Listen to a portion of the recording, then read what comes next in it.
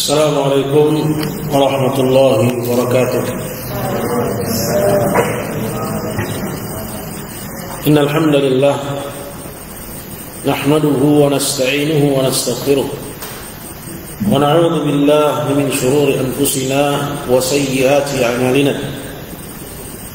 May yahdihillahu fala mudilla lahu wa may yudlilhu fala hadiya lahu. Asyhadu an la ilaha illallah wahdahu la syarika lah wa asyhadu anna Muhammadan abduhu wa rasuluh. Ya ayyuhalladzina amanu taqullaha haqqa tuqatih wa la tamutunna illa wa antum muslimun. Amma ba'du. Fa inna asdaqal hadithi kitabullah ta'ala wa khairal hadi Muhammadin sallallahu alaihi wasallam wa syarrul umuri muhdatsatuha fa inna kulla muhdatsatin bid'ah wa kulla bid'atin dhalalah wa kulla dhalalatin fin nar. A'adzani Allah wa iyyakum minan nar. Hadirin ikhwah dan juga santri-santri yang saya muliakan, alhamdulillah di malam hari ini kita kembali berkumpul di masjid yang mulia ini. Kita akan kembali melanjutkan pembacaan dari kitab Subulus Salam, masih pada pembahasan berkenaan dengan pengertian tauhid rububiyah. Kemarin telah dijelaskan bahwa istilah rububiyah itu diambil dari kata Rabbun, Rabb, yang artinya Dzur rububiyah, yang menguasai rububiyah. Dia memiliki tiga komponen. Yang pertama penciptaan, kepemilikan, dan pengaturan. Bahwa hanya Allah semata yang menciptakan, hanya Dia yang memiliki, dan Dia yang mengatur alam semesta ini dan segala isinya. Nah, kemudian tauhid rububiyah ini diakui oleh orang-orang musyrikin. Artinya orang-orang musyrikun yang diperangi Nabi Muhammad SAW, dulu mereka tidak mengingkari perkara tauhid rububiyah. Mereka meyakini hanya Allah pencipta, hanya Allah pemilik, dan hanya Allah pengatur alam semesta dan segala isinya. Namun keyakinan mereka akan hal ini tidak menjadikan mereka serta-merta dianggap sebagai muslim.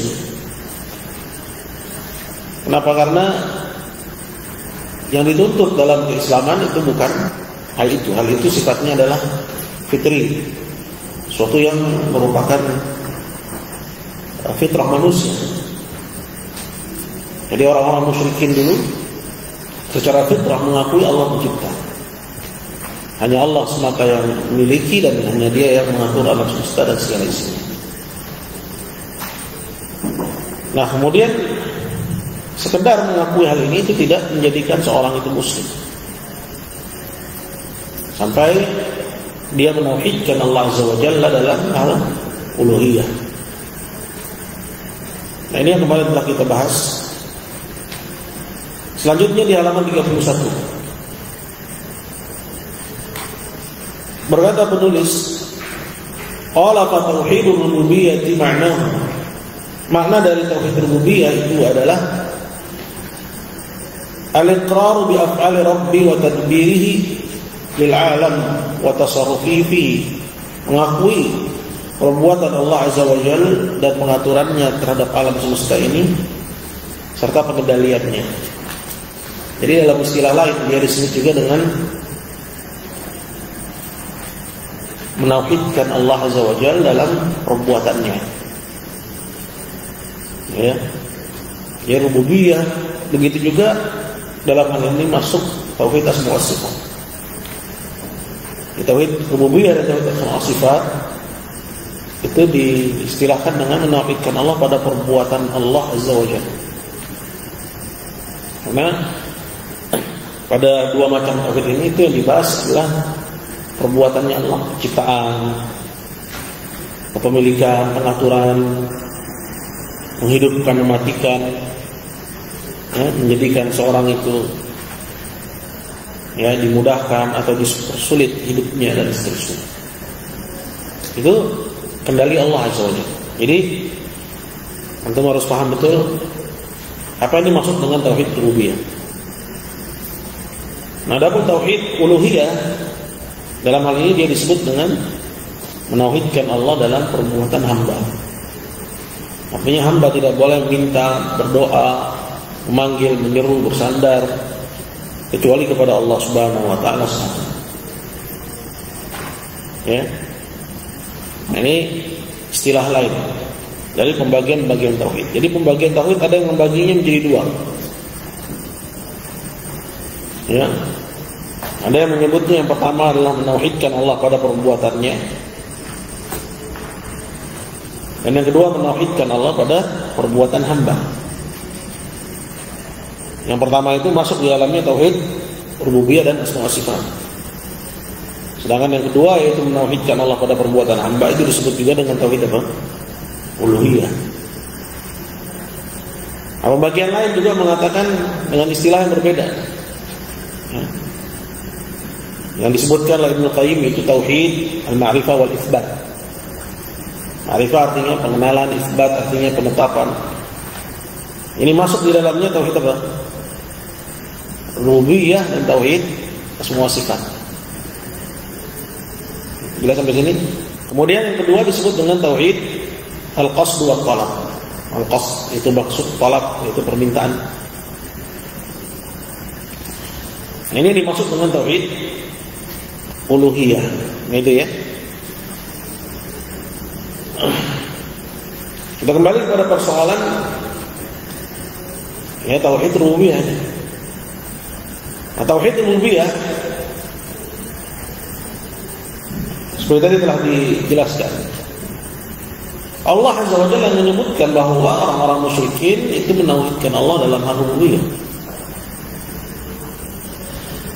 Namun kondisi mereka yang menauhidkan Allah dalam hal rububiyah itu tidak menjadikan mereka musyrik. Nah, hal ini adalah perkara yang terang dalam agama. Maka tidak boleh di-framing jelek. Ya, dibuat framing buruk. Dengan mengatakan mereka haula orang-orang Wahabi menganggap bahwa musyrikin dulu itu menauhidkan Allah. Kemudian berhenti sampai di situ.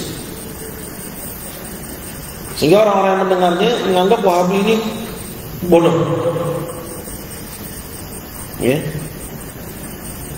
Menganggap bahwa Wahabi ini sesat. Dengan alasan bahwa Wahabi katanya menganggap musyrikin Mekah menauhidkan Allah Subhanahu wa ta'ala. Ini framing sebenarnya, ini adalah kejahatan ilmiah. Ya. Dan wujud dari permusuhan sebenarnya. Memusuhi dakwah itu dengan memframing buruk. Dan kalau yang dimusuhi adalah dakwah tauhid, ya ini akibatnya besar sebenarnya. Sedangkan yang dimaksud oleh orang-orang yang dituduh sebagai Wahabi ini, bahwa orang-orang musyrikin Makkah itu menauhidkan Allah dalam persoalan rububiyah, namun tidak memasukkan mereka ke dalam Islam. Sedangkan penjelasan bahwa musyrikin dulu menauhidkan Allah dalam persoalan rububiyah itu nas Quran, teks Quran. Wala in sa'altahum man khalaqahum la yaqulun Allah. Kalau kamu tanya kepada mereka, wahai Muhammad, siapa yang menciptakan mereka? Mereka akan menjawab Allah yang menciptakan. Dia nas Quran. Kemudian di framing buruk, ya, agar orang lari dari dakwah tauhid, agar menuduh dakwah yang dibawa Syekh Muhammad bin Abdul Wahab itu dakwah yang sesat. Ini jelas merupakan permusuhan. Sama seperti yang dilakukan oleh orang-orang yang menolak dalam pengkafiran terhadap pelaku syirik akbar secara ta'yin. Menuduh orang-orang yang mengkafirkan pelaku syirik akbar secara ta'yin itu sebagai takfiri khawarij. Artinya menuduh agama Islam dakwah yang hak sebagai kebid'ahan, sebagai kesesatan, ini permusuhan. Ini konsekuensinya tidak mudah sebenarnya. Jelas di sini? Qala hadza yusamma tauhid rububiyah. Ini disebut dengan tauhid rububiyah. Ya, di sini Syekh bin Baz menyebutkan al-iqrar bi af'ali Rabb, mengakui perbuatan Allah. Ya, seperti tadi telah dijelaskan, tauhid rububiyah adalah menauhidkan Allah pada perbuatannya. Bahwanya Dia pencipta, pemilik, pengatur, yang menghidupkan, mematikan dan seterusnya. Qala wa huwa al-i'tiraf, yaitu mengakui bi anna al-khallaq, bahwa Dialah satu-satunya pencipta, ar-razzaq, pemberi rezeki, mudabbiril umur wa musarrifuha, yang mengurus segala urusan dan yang mengendalikannya, yu'ti wa yamna', Dia yang memberi dan Dia juga yang menghalangi. Maksudnya apa? Ada orang yang diberi rezeki, ada orang yang tidak diberi. Wa yufid wa yarfa', Dia juga yang merendahkan dan mengangkat. Ya, ada orang yang direndahkan dan ada orang yang Allah Azza wa Jalla wa yu'izzu wa yudhil, memuliakan dan merendahkan. Wa yuhyi wa yumit, dan Dia juga yang menghidupkan dan mematikan. Wa huwa ala kulli syai'in qadir, dan Dia maha berkuasa atas segala sesuatu. Itu rincian dari tauhid rububiyah. Ya. Intinya apa? Menauhidkan Allah pada perbuatan Allah Azza wa Jalla. Hanya Allah yang punya kendali terhadap alam semesta, dari penciptaan, pemilikan, dan pengaturan. Misalnya sekarang ada orang mengatakan bahwa wilayah pantai laut selatan penguasanya itu Nyi Roro Kidul. Ini orang Muslim atau musyrik? Musyrik, syiriknya dalam persoalan apa? Rububiyah.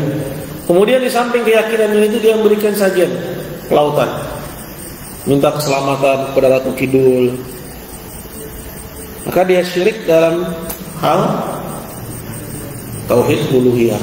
Jadi lengkap ya, semua kesyirikan dalam rububiyah uluhiyah itu diborong semua. Ya, diborong semua. Karena kalau ya syirik dalam persoalan rububiyah, berarti dia juga syirik dalam persoalan asma wa sifat. Ya. Karena rububiyah itu terkandung dalamnya pengakuan akan kesempurnaan Allah Subhanahu wa taala.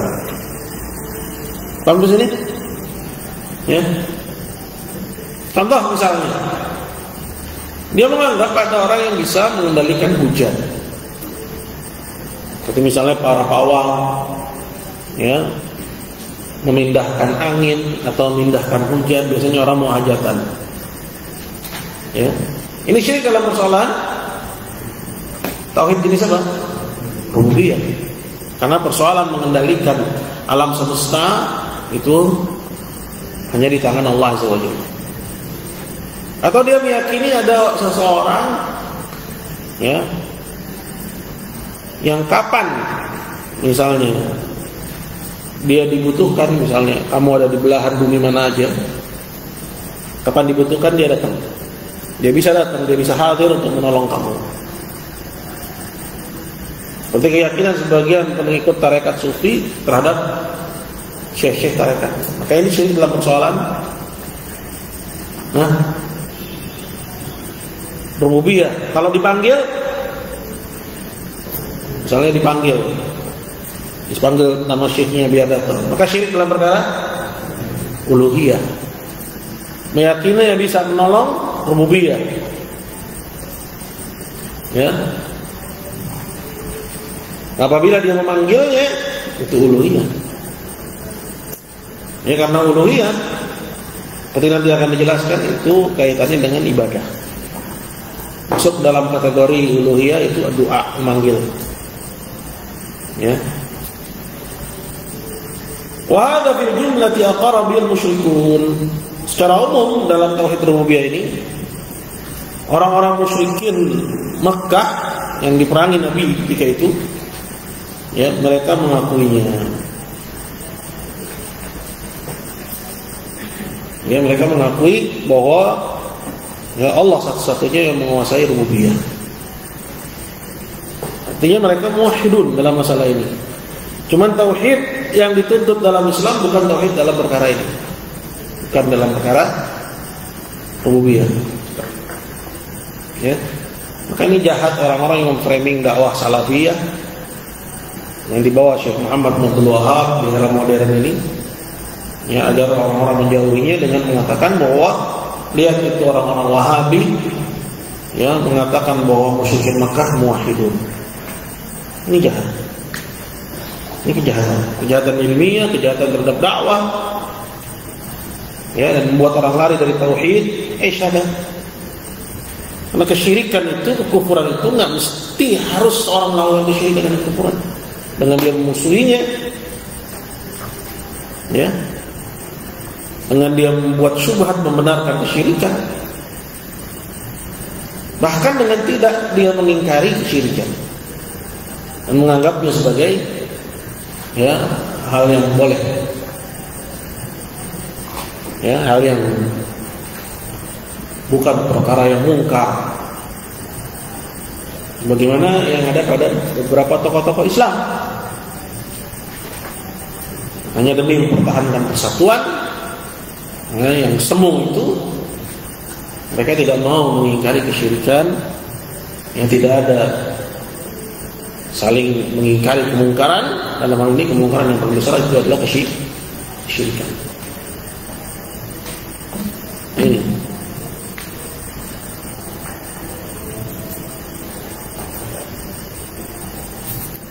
kama qala subhanahu, seperti yang Allah Subhanahu wa taala katakan dalam Al-Qur'an ayat 87 dari surat Zukhruf. Allah berfirman, wala in sa'altahum man khalaqahum la yaqulunna Allah. Kalau kamu tanya mereka siapa yang menciptakan mereka, mereka akan menjawab Allah. Jadi musyrikin kalau ditanya siapa penciptanya, mereka akan menjawab penciptanya adalah siapa? Adalah Allah. Dan Allah juga berfirman dalam surat Luqman, ya, di ayat yang 37, wala in sa'altahum, kalau kamu tanya mereka man khalaqas samawati wal ardh, siapakah yang menciptakan langit dan bumi? La yaqulunna Allah, mereka akan menjawab Allah penciptanya.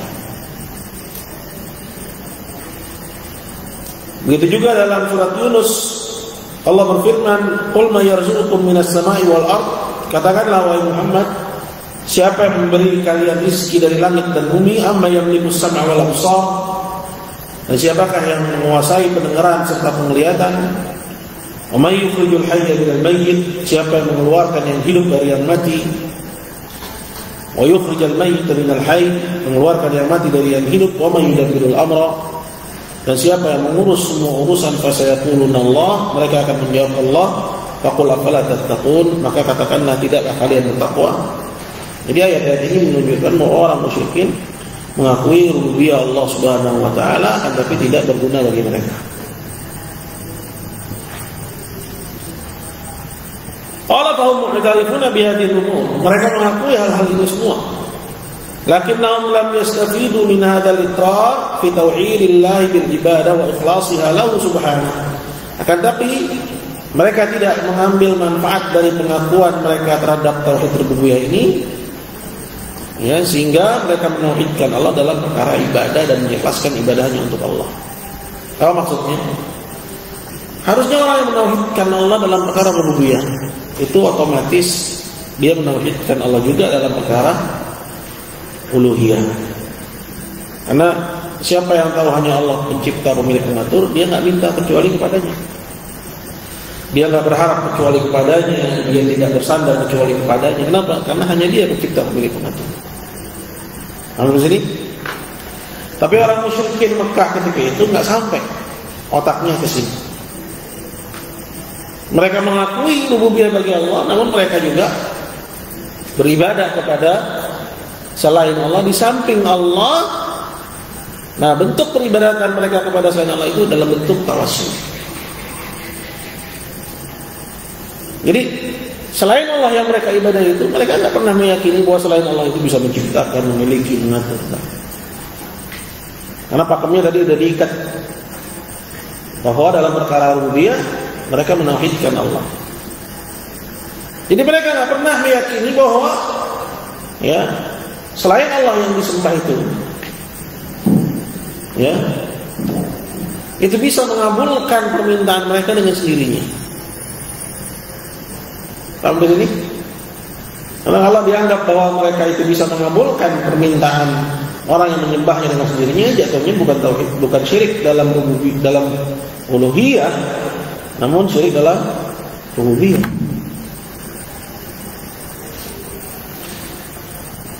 Bisa dipahami ini? Jadi selain Allah yang mereka sembah itu, mereka nggak pernah meyakini bahwa selain Allah itu bisa mengabulkan doa-doa. Lain hal dengan orang musyrikin sekarang. Karena orang musyrikin sekarang kesyirikannya jauh lebih berat. Mereka hanya meyakini bahwa selain Allah yang mereka sembah itu, dia akan menyampaikan hajat kepada Allah, nanti Allah yang kabulkan. Begitu aja mereka sudah jadi musyrik. Mereka sudah dianggap sebagai kafir. Maka bagaimana lagi dengan orang yang minta langsung kepada selain Allah dari perkara yang tidak disanggup kecuali oleh Allah. Itu syirik dalam perkara uluhiyah dan juga syirik dalam persoalan rububiyah. Jadi kita coba simpulkan. Ada syirik rububiyah saja. Seperti apa misalnya? Meyakini ada selain Allah yang ikut mengendalikan alam semesta misalnya. Ya. Atau misalnya bisa memberi rezeki, ya, bisa menahannya, bisa menghidupkan, bisa mematikan selain Allah. Ini syirik dalam persoalan apa? Rububiyah saja. Ada syirik dalam persoalan, ya, uluhiyah saja. Ini syiriknya musyrikin. Syiriknya musyrikin dulu. Ya, gimana? Yaitu dengan minta kepada selain, ya, Allah, dengan asumsi bahwa mereka hanya sebagai perantara. Yang mengabulkan adalah Allah. Ya, menyembelih untuk selain Allah dengan asumsi bahwa selain Allah itu hanya perantara, yang mengabulkan hajat-hajat itu Allah. Ini rububiyah saja. Dan ada kesyirikan komplit, ya, rububiyah juga, uluhiyah juga.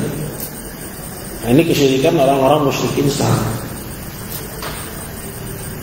Ya, jadi ini Wahabi, ya, yang katanya marah kalau dituduh sebagai Wahabi, ya, namun kaget, terperanjat dengan teks-teks yang ditulis oleh Syekh Muhammad bin Abdul Wahab, atau dia mengakui namun, ya, lari dari pengamalannya. Syekh Muhammad bin Abdul Wahab menyebutkan bahwa kesyirikan musyrikin zaman sekarang lebih buruk. Namun mereka mengatakan bahwa musyrikin zaman sekarang muslim.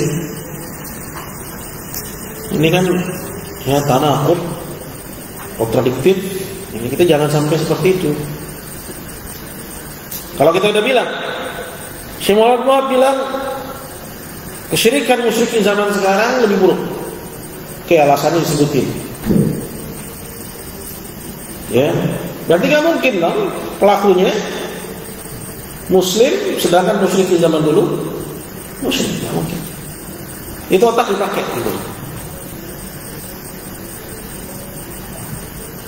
Atau, ya, apakah kita terima ini dari Syekh Muhammad bin Abdul Wahab, atau kita bilang Syekh Muhammad bin Abdul Wahab keliru? Boleh nggak? Boleh aja. Syekh Muhammad bin Abdul Wahab bukan Nabi, tapi Syekh Muhammad bin Abdul Wahab membangun ucapannya di atas dalil. Kamu membantahnya juga harus dengan dalil. Kalau kamu nggak punya dalil, wajib bagi kamu untuk ikut dalil. Ya, yang dikemukakan Syekh Muhammad bin Abdul Wahab, gitu. Jadi konsisten. Mau konsisten di atas dakwah ini bahwa Syekh Muhammad bin Abdul Wahab, kan situ marah kalau dibilang Wahabi, ya.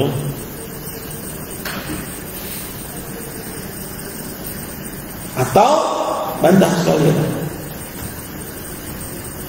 ya, katakan bahwa Muhammad bin Abdul Wahab keliru dalam perkara ini. Silahkan, kalau kamu punya dalil. Jangan ikut hawa nafsu. Karena nggak mungkin secara logika dikatakan begini, buruk namun muslim. Ya, emangnya orang Islam lebih buruk daripada orang musyrik? Kan nggak mungkin. Ya, itu disebutkan Syekh Muhammad dalam Qawaidul Arba', disebutkan juga dalam Nawaqidul Islam. Ya.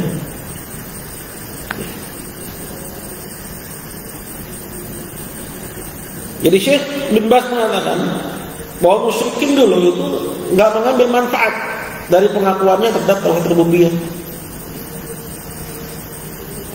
Gimana bentuk mengambil manfaatnya? Yaitu tauhid rububiyahnya mendorongnya untuk menauhidkan Allah dalam persoalan uluhiyah.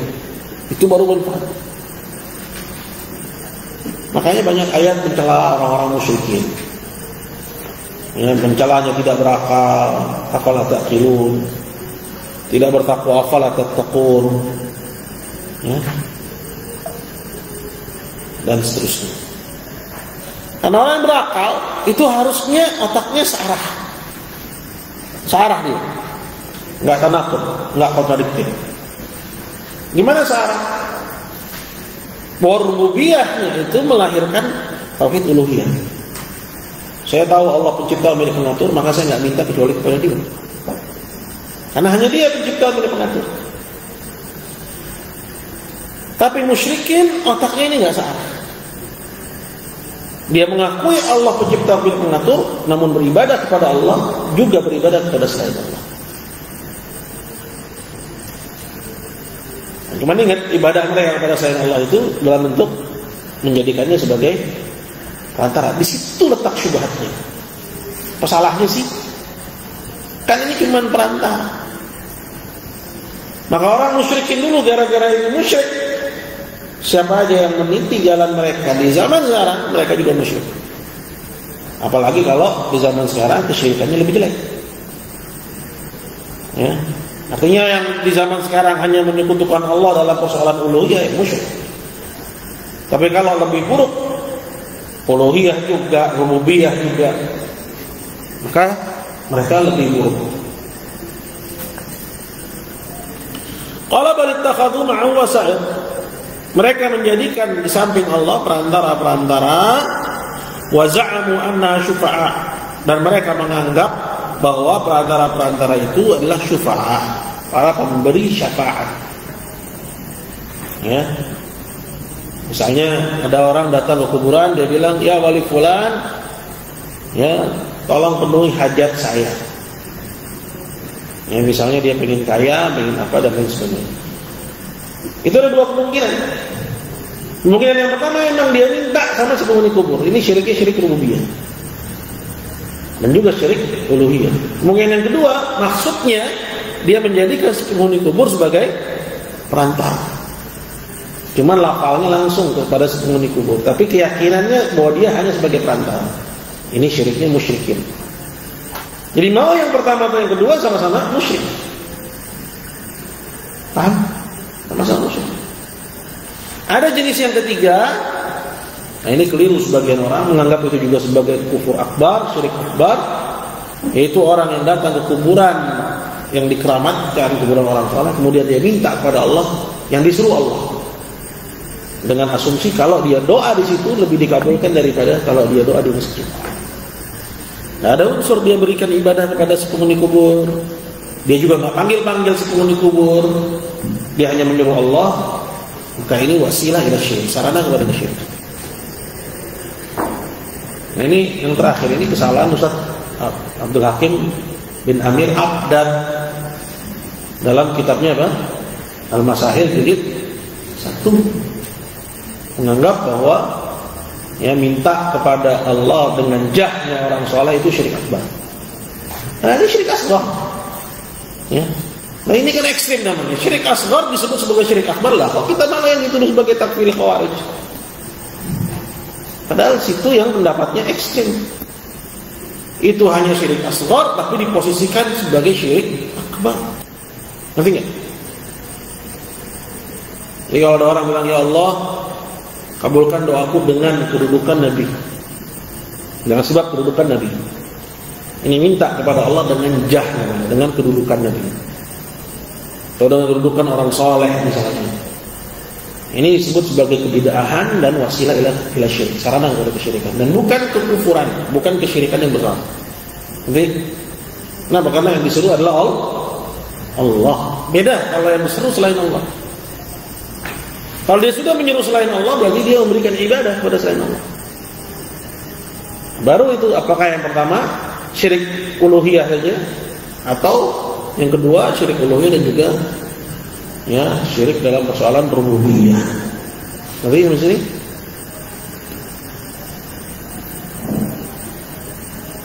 jadi ada yang mulia Allah, ini perkara yang penting.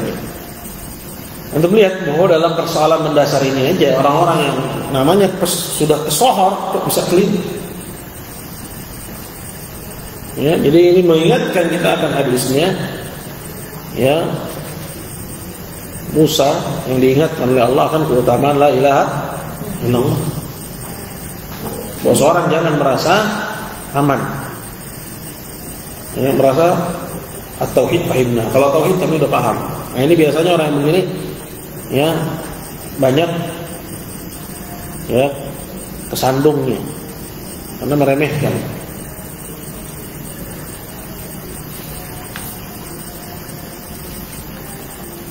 Walau annaha tuqarribuhum ila Allah zulfa. Dan orang-orang musyrikin itu menganggap ya bahwa selain Allah itu bisa mendekatkan diri mereka kepada Allah dengan sedekat-dekatnya. Ini ada dua ayat dalam Quran yang kalian harus hafal. Yang pertama surat Yunus ayat 18, yang kedua surat Zumar ayat 3. Hafal itu harus. Ya, wa ya'buduna min dunillah ma la yanfa'uhum wa la yanfa'un. Wa yaquluna haula syufa'una indallah. Semua muwahhidin harus hafal. Dan mereka beribadah kepada selain Allah dari sembahan yang tidak bisa beri manfaat atau mencelakakan, dan mereka beralasan bahwa selain Allah itu hanya perantara antara kami dengan Allah. Gara-gara itu aja mereka udah dikafirin. Allah kafirin dari ya atas langit yang ketujuh. Ya. Walladzina takhadhu min duni awliya ma na'buduhum illa liyuqarribuna ila Allahi zulfa. Dalam surat Az-Zumar Allah berkata, dan orang-orang yang mengambil selain Allah sebagai penolongnya, ya mereka mengatakan, ya mana buduhum, kami enggak beribadah kepada mereka, illa melainkan, ya agar mereka itu mendekatkan kami kepada Allah dengan sedekat-dekatnya. Jadi argumen yang diucapkan oleh orang-orang musyrikin dulu, yang karenanya mereka menjadi musyrik, itu di copy paste oleh orang-orang musyrik sekarang.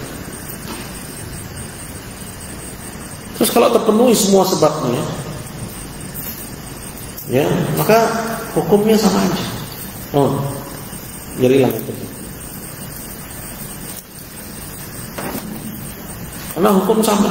Mau dulu mau sekarang, kalau sama kasusnya, sama membeda orangnya doang, beda tokohnya, maka hukumnya sama. Sebagaimana musyrikin dulu musyrik, begitu juga musyrikin zaman sekarang musyrik. Nah akidah ini muharab sekarang, akidah ini diperangi. Ya semoga teman-teman ini insyaallah menjadi pionir ke depan, membawakan dakwah ini, membuka pencerahan kepada kaum muslimin, ya biar akidah Murji'ah itu nggak laku lagi, belum tikar. Ya.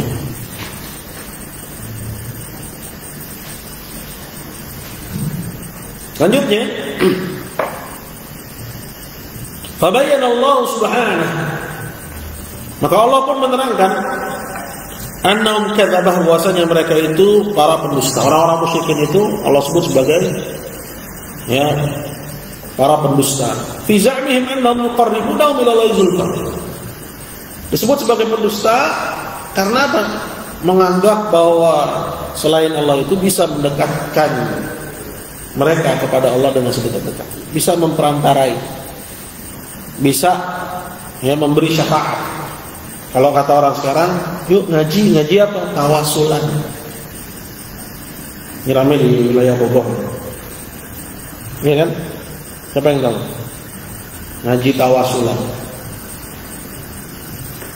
Ya. Cuma bentuknya itu ada yang syirik asghar, Ada yang bentuknya syirik akbar. Kalau sudah sampai manggil-manggil, jatuh pada syirik akbar. Tapi kalau yang dipanggil hanya Allah, kemudian dia minta kepada Allah dengan kedudukan orang soleh, misalnya Abdul Qadir Jailani, ini juga bentuk tawassulan, namun ini bid'ah dan wasilah yang syirik. Sarana persyirikan. Jadi nggak boleh dikafirkan, Mas. Kok jadi kita yang melarang mengkafirkannya? Jadi sebenarnya ya, orang yang nggak punya basic yang kuat itu akan tanahut, akan kontradiktif. Ya, syirik akbar dibilang ya nggak boleh dikafirkan. Ya, syirik asghar dianggap sebagai syirik akbar. Terus gimana pengikutnya? Pengikutnya sih asal-asal aja. Pokoknya selagi yang ngomong Syekh Fulan pasti benar.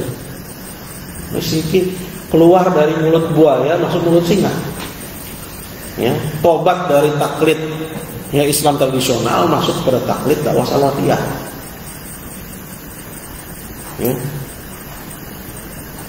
Seperti kemarin ada di YouTube itu video dari muridnya Syekh Albani rahimahullah, Ibrahim Syakra.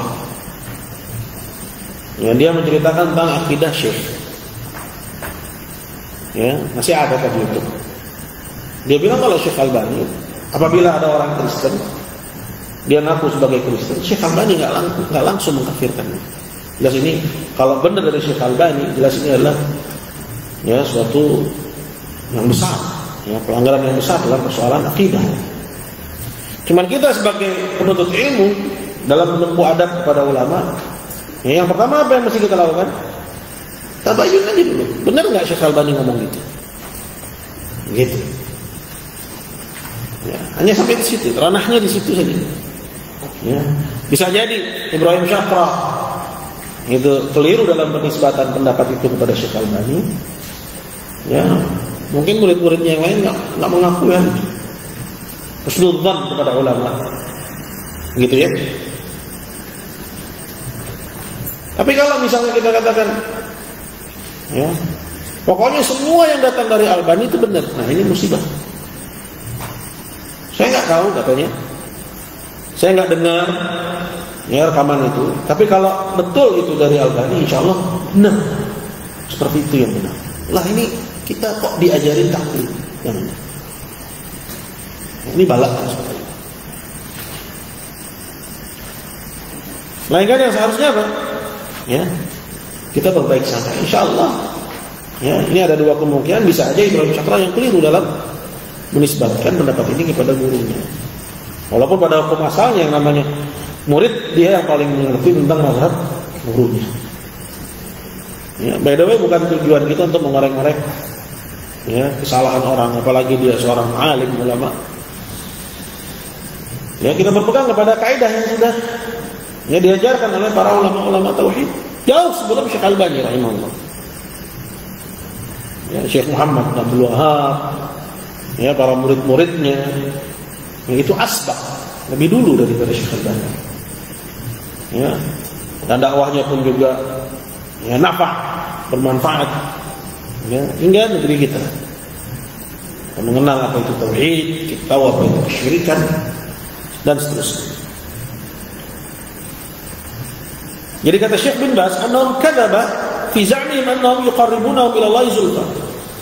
Anggapan mereka bahwa orang-orang soleh itu bisa mendekatkan mereka kepada Allah, maksudnya menjadi perantara, itu anggapan yang dusta. Wa hiya la tuqarribuhum. Kenyataannya enggak mendekatkan mereka kepada Allah. Bal tub'iduhum min Allah. Melainkan yang terjadi menjauhkan mereka dari Allah. Ini ngeri sebenarnya kalau kita betul-betul perhatikan. Apa kata Allah? Wa ya'buduna min dunillahi ma la yadurruhum wa la yanfa'uhum wa yaquluna haula syufa'una indallah. Dan Allah juga bilang walladzina takhadhu min dunihi awliya ma na'buduhum illa liyuqarribuna. Bahwa mereka orang-orang musyrikin melakukan kesyirikan itu dalam rangka pengen dekat sama Allah. Itu kalian pahami betul-betul. Pengen menjadi hamba yang taat, pengen menjadi hamba yang soleh, menganggap bahwa Mereka bisa jadi dekat sama Allah, tapi yang terjadi apa? Mereka malah menjadi jauh dari Allah. Mau gimana lagi orang yang memang ya terang-terangan atau sengaja menentang agama Allah. Orang yang pengen dekat sama Allah saja, tapi salah jalannya, ya kafir. Dia menjadi kafir. Maka bagaimana lagi dengan orang yang memang sedari awal niatnya untuk menjauh dari Allah. Ya. Wa la tuqarribuhum. Kenyataannya orang-orang saleh itu tidak mendekatkan mereka kepada Allah, bal tubiduhum minallah. Bahkan menjauhkan mereka dari Allah, wasammahum, dan Allah sendiri yang menamakan mereka kafarah, sebagai orang-orang kafir. Jadi kalau kita perhatikan kelanjutan ayatnya, apa kata Allah?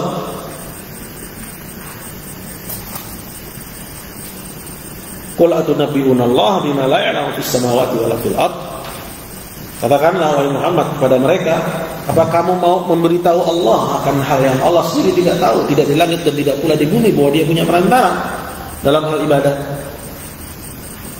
Subhanahu wa ta'ala, maha suci Allah dan maha tinggi Allah, amma yusyrikun, dari apa yang mereka sekutukan, disebut sebagai kesyirikan.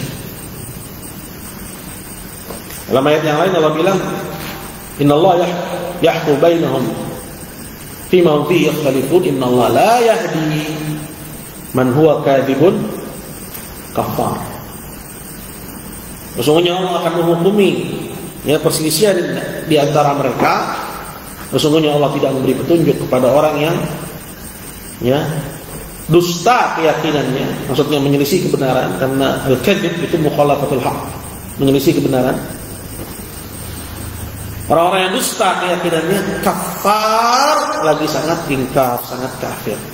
Jadi yang mengkafirkan bukan kita. Sebelum Muhammad bin Abdul Wahab, yang mengkafirkan mereka siapa? Allah dan Rasul. Yang mengkafirkan para penyembah kuburan, orang-orang yang ibadah kepada selain Allah, walaupun alasannya sebagai perantara. Kata Syekh bin Baz, qala wa sammahum kafarah bi hadzal amal. Dengan sebab perbuatan mereka ini, mereka disebut sebagai orang-orang kafir. Wa huwa ibadatuhum iyahum, yaitu perbuatan mengibadahi selain Allah.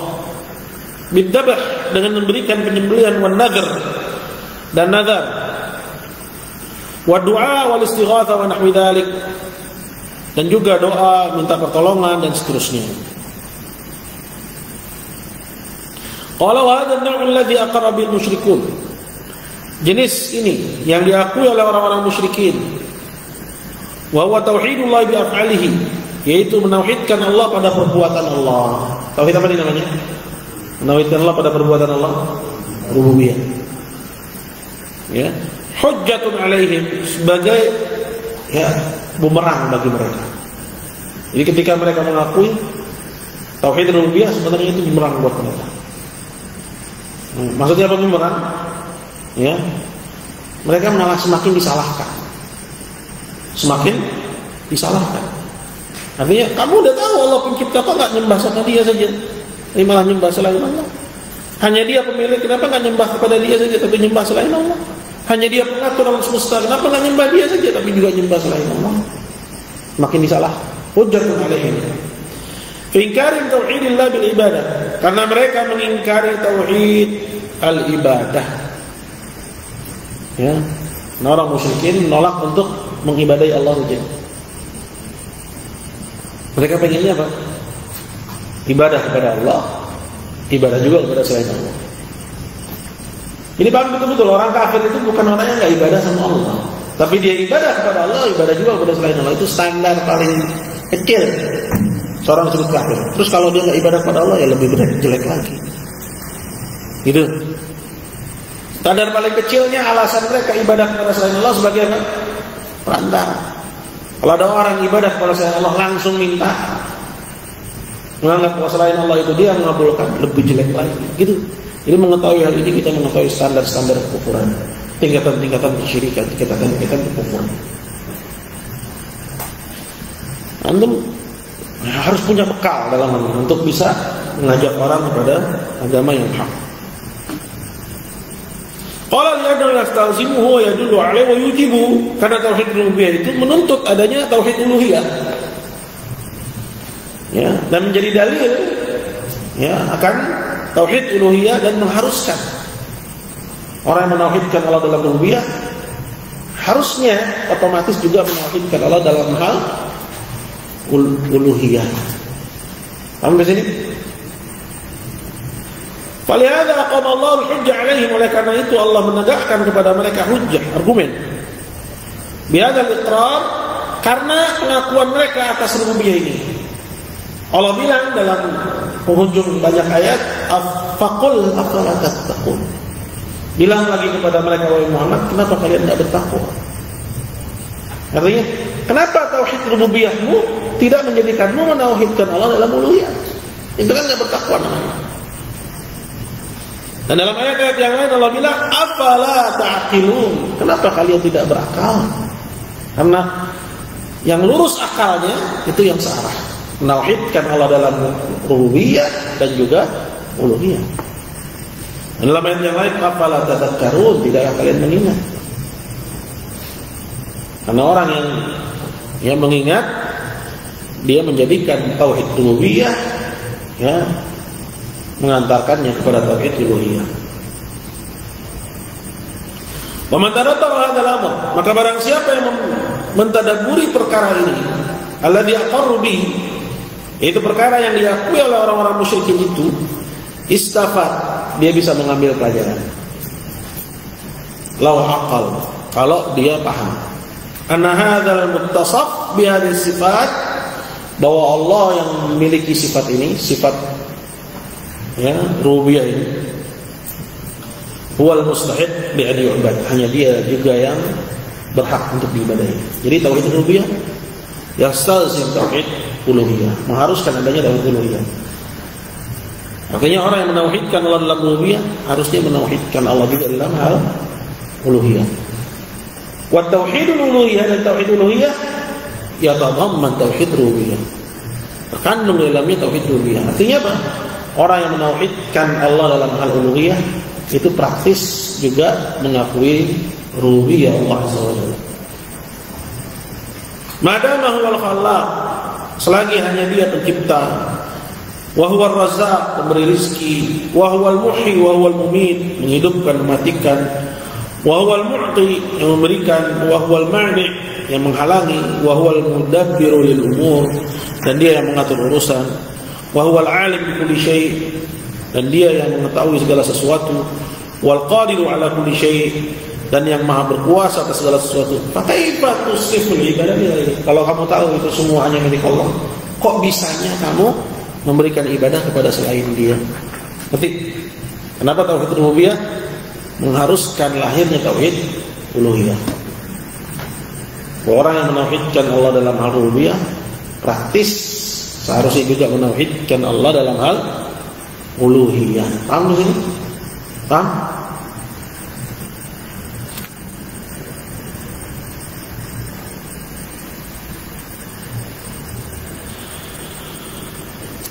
Qala bal kaifa yurja ghairuhu wa yukhaf ghairuhu law aqala ulaikal kuffar. Bahkan di mana bisa selain Allah diharapkan, selain Allah ya ditakuti, ya, karena ar-raja wal khauf, rasa harap, rasa takut hanya boleh diberikan kepada yang menguasai rububiyah.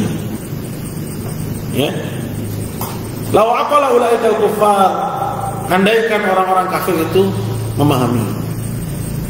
Lakin akan tapi ya kebanyakan mereka enggak memahami. Kalau walakinnahum la yaqilun, akan tapi mereka tidak memahaminya. Haula humul ghafiluna haqqan, mereka itulah orang-orang yang sesungguhnya lalai. Hum ashbahul an'am, mereka ya mirip dengan hewan ternak. Bal hum adall, bahkan mereka lebih sesat. Kenapa disebut lebih sesat? Karena hewan ternak berjalan sesuai fitrahnya, makan, minum, kawin, udah gede dipotong, nggak keluar dari fitrah. Manusia disuruh untuk beribadah kepada Allah saja, namun dia juga ibadah kepada selain Allah, keluar dari yang Allah mau. Dari sini mereka disebut lebih sesat daripada hewan daripada hewan ternak. Qala bal adallu minha, bahkan mereka lebih sesat daripada hewan ternak. Kama wasafahumullah bidzalika fi ayatin bayyinat, sebagaimana Allah sifati mereka dalam ayat-ayat yang terang. Wa ma'a dzalika lam yafhamuha, bersama dengan itu mereka juga enggak memahami. Datang ayat, datang Rasul yang menerangkan, belum juga paham. Ya. Walam yaqiluha, dan tidak mengerti. Wastamaru ala kufrihim, dan terus di atas kekufurannya, wa dhalalihim, dan kesesatannya. Ya, tetap di atas kesyirikannya. Ya, di samping hujah sudah tegak, turun ayat, ada nabi. Ya, sehingga musyrikin ada dua. Ya, atau bisa kita katakan tiga.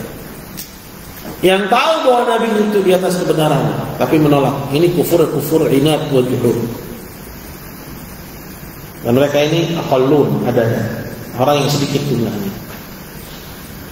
Kemudian yang kedua, yang menganggap bahwa Muhammad di atas kebatilan dan mereka berada di atas kebenaran, bertahan di atas kejahilan. Mereka kafir jahil. Nanti aku akan lihat nas dari kalamnya Syekhul Islam Ibnu Taimiyah yang mengatakan mereka jahil kafir. Di mana dua kata ini dalam kamus orang-orang Murji'ah nggak mungkin ketemu. Orang Murji'ah nggak mungkin menggabungkan kata jahil sama kafir. Kalau jahil berarti nggak kafir. Tapi Ahlussunnah ya menganggap bahkan kesyirikan musyrikin ya justru disebabkan karena kejahilan. Ya. Orang Kristen mereka menganggap bahwa mereka di atas kebenaran enggak? Orang Yahudi menganggap bahwa dirinya di atas kebenaran enggak? Wa yahsabuna annahum muhtadun. Mereka menyangka mereka di atas kebenaran.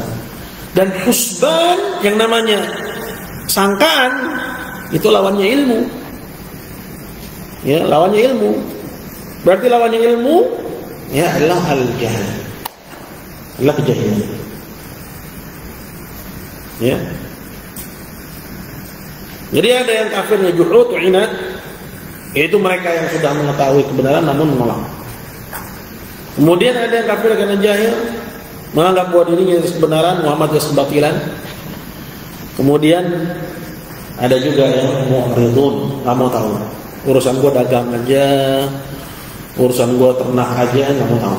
Sehingga dia nggak ikut Muhammad Sallallahu Alaihi Wasallam karena i'rad, dan mereka juga orang-orang kafir.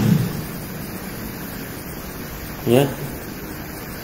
Nah di zaman ini pun juga gitu. Ada yang tahu dakwah tauhid hak, namun mereka tetap musir memusuhi dakwah tauhid. Ada yang menganggap bahwa dakwah tauhid batil, sedangkan mereka di kebenaran. Ini kafir disebabkan karena kejahilan. Dan ada yang nggak mau tahu, yang sibuk dengan bisnisnya, sibuk dengan dagangannya, sibuk dengan kesibukannya, nggak mau tahu. Ya. Nah, ini mereka juga kufar, orang-orang yang kafir disebabkan karena al-i'rad. Dikit lagi ya. Hatta harabu, hingga akhirnya mereka pun memerangi Nabi Yauma Badr. Jadi awalnya karena kafir. Ya. Apakah karena inat, apakah karena jahil, atau karena i'rad? Sehingga ketika datang hari perang Badar, mereka ikut memerangi Nabi sallallahu alaihi wasallam. Qala wa yaumul Uhud wa yaumul Khandaq wa yaumul Ahzab. Dan juga di hari perang Uhud, perang Khandaq, yaitu di saat perang Ahzab. Istamaru fi kufrin wa dhalalihim, mereka terus bersikukuh berada di atas kekufuran dan kesesatannya. Walam tanfa' fihim ayat-ayat yang turun enggak juga bermanfaat bagi mereka. Mereka ambil pelajaran dari walam yastafiqu min ghaflatihim wa iradihim, mereka enggak juga sadar dari kelalaian dan keberpalingannya. Walillahil hikmatul balighah, dan milik Allah lah hikmah yang tinggi subhanahu wa ta'ala, wal hujjatud damighah, dan hujjah yang tiada terbantahkan. Ya, kesimpulannya bahwa ya tauhid rububiyah adalah tauhid yang menauhidkan Allah pada perbuatan Allah Subhanahu wa taala, seperti yang tadi telah dijelaskan. Ada pertanyaan? Jelas.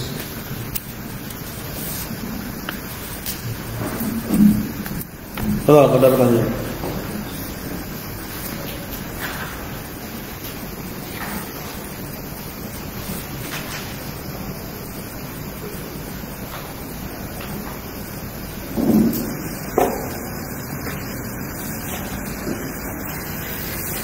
Ini kayaknya masih bengkak nih.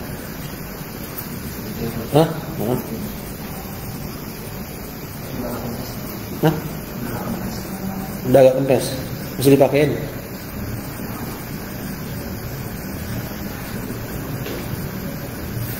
Anak-anak nggak boleh bully-bullyan ya. Bully-bully dengan ngeledek, ngejek-ngejek orang tua itu nggak boleh. Ya. Nanti kalau ada yang kayak gitu dilaporin aja. Ya, jangan tunggu sampai ada berantem gitu, kontak fisik. Yang kalian bela diri ntar dipraktekin lagi sama temen-temen. Jangan. Nah, tongkat semua ada di kasur kalian masing-masing apa di mana? Itu kalau bisa tongkat disimpan di kantor, kumpulin seperti kantor. Jadi nggak boleh mereka di asrama. Nanti kalau mereka ada yang berantem, ambil tongkat lagi. Kan repot. Ya. Dikumpulin ya anak-anak.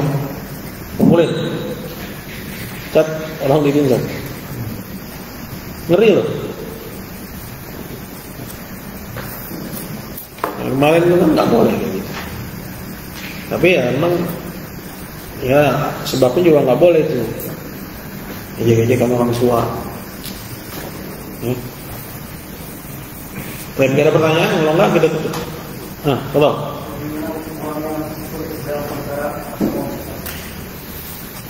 Orang yang kufur dalam persoalan asma sifat itu ya ada dalam perkara yang zahirah, ada perkara yang khafiyah.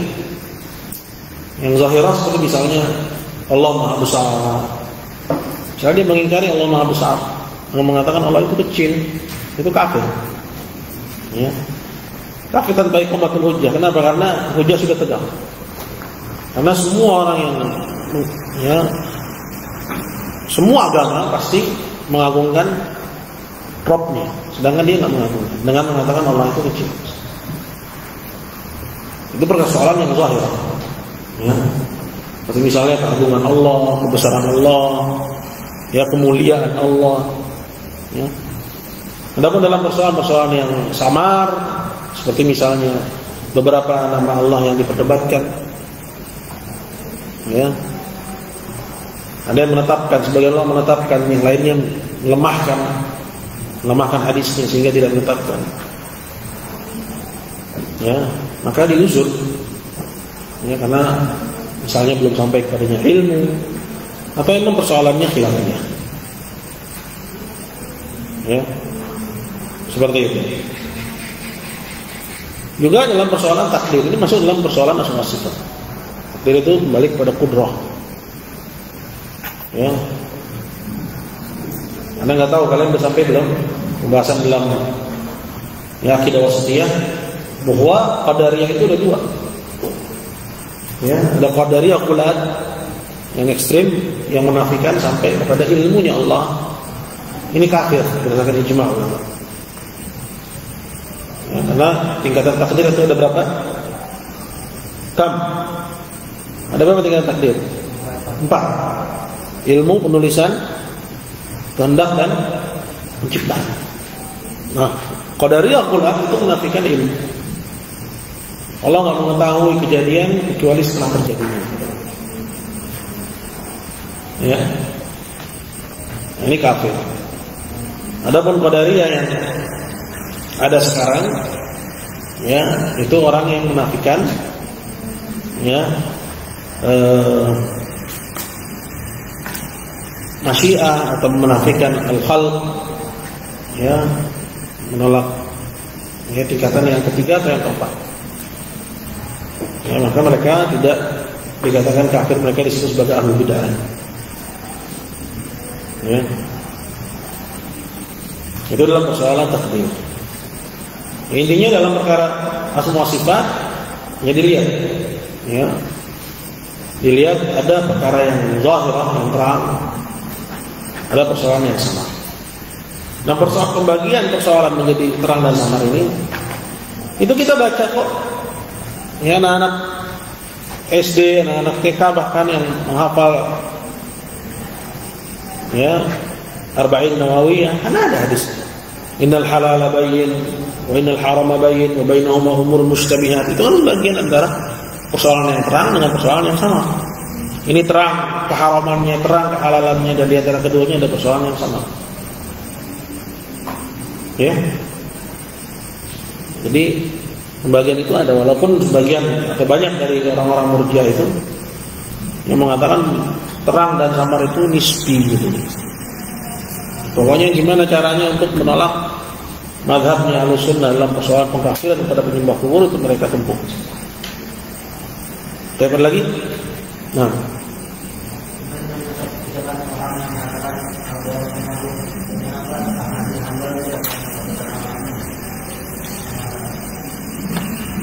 Ini persoalan masalah ya bid'ahnya orang-orang Mu'tazilah mengatakan bahwa Al-Quran itu makhluk. Itu terjadi setelah masuknya ilmu filsafat, ya, sebagai akses dari diterjemahkannya banyak dari ya filsafat, buku-buku yang memuat filsafat Yunani, ya Yunani, ya, sebagai akses dari perluasan negeri Islam, ya. Jadi dalam hal ini, ya, itu ada syubhat. Jadi ulama menggolongkan persoalan ya bid'ah yang mengatakan Al-Quran itu makhluk. Ini bukan masuk persoalan yang zahir. Ya, persoalan yang zahir itu ya persoalan yang dikenal secara populer oleh semua kalangan. Ya, ini berbeda dengan persoalan Al-Quran itu kalamullah atau persoalan itu Al-Quran itu adalah makhluk, kemudian masuk di situ teori-teori filsafat, sehingga ya perdebatan seputar hal ini adalah seputar orang-orang yang mendalami ilmu itu. Ya, adapun banyaknya ya kaum muslimin itu ya karena mereka ya biasa.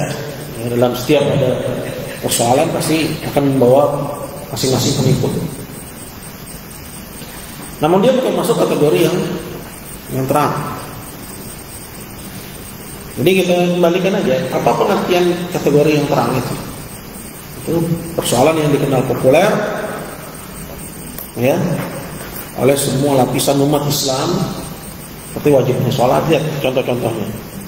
Kafirnya orang Kristen, kafirnya orang Yahudi, hal-hal yang sederhana, yang tidak membutuhkan teori, ya. Haramnya zina, haramnya bangkai, itu kan terang. Tak perlu orang sekolah untuk mengetahui hal itu. Siapa aja dari lapisan umat tahu bahwa sholat 5 waktu wajib. Ya. Tapi misalnya gimana dengan apakah di dada atau turun sedikit, itu kan bukan persoalan yang terang. Tapi tentang wajibnya sholat 5 waktu kan. Jadi persoalan bid'ah Quran itu makhluk, pernyataan bahwa Quran itu makhluk, itu ya kenapa Imam Ahmad mengkafirkan? Karena dia bukan masuk dalam persoalan yang zahir. Ya, paham? Ya, baik lagi. Karena sebelum masuknya filsafat ke dalam negeri Islam, persoalan Al-Quran bahwa kalamullah itu adalah zahir.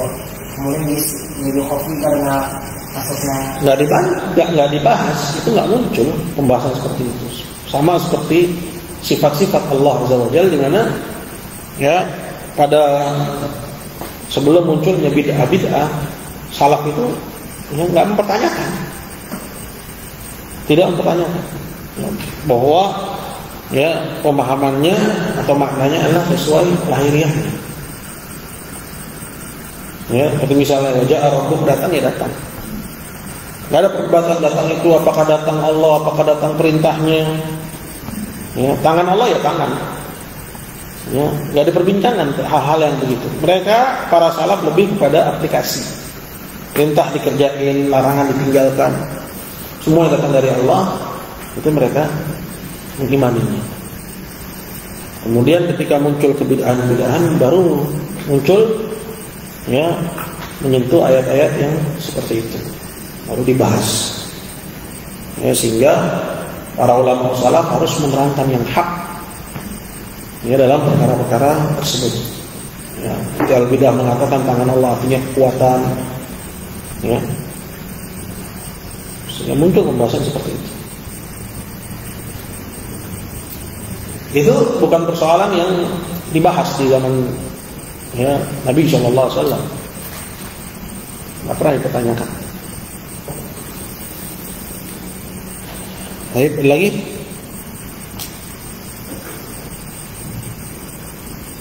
Baik, jawabannya udah setengah 10. Baik, jazakallahu khair wa barakallahu fiik. Kita akhiri, subhanakallah wa bihamdik, asyhadu an la ilaha illa anta, astaghfiruka wa atubu ilaik. Assalamualaikum warahmatullahi wabarakatuh.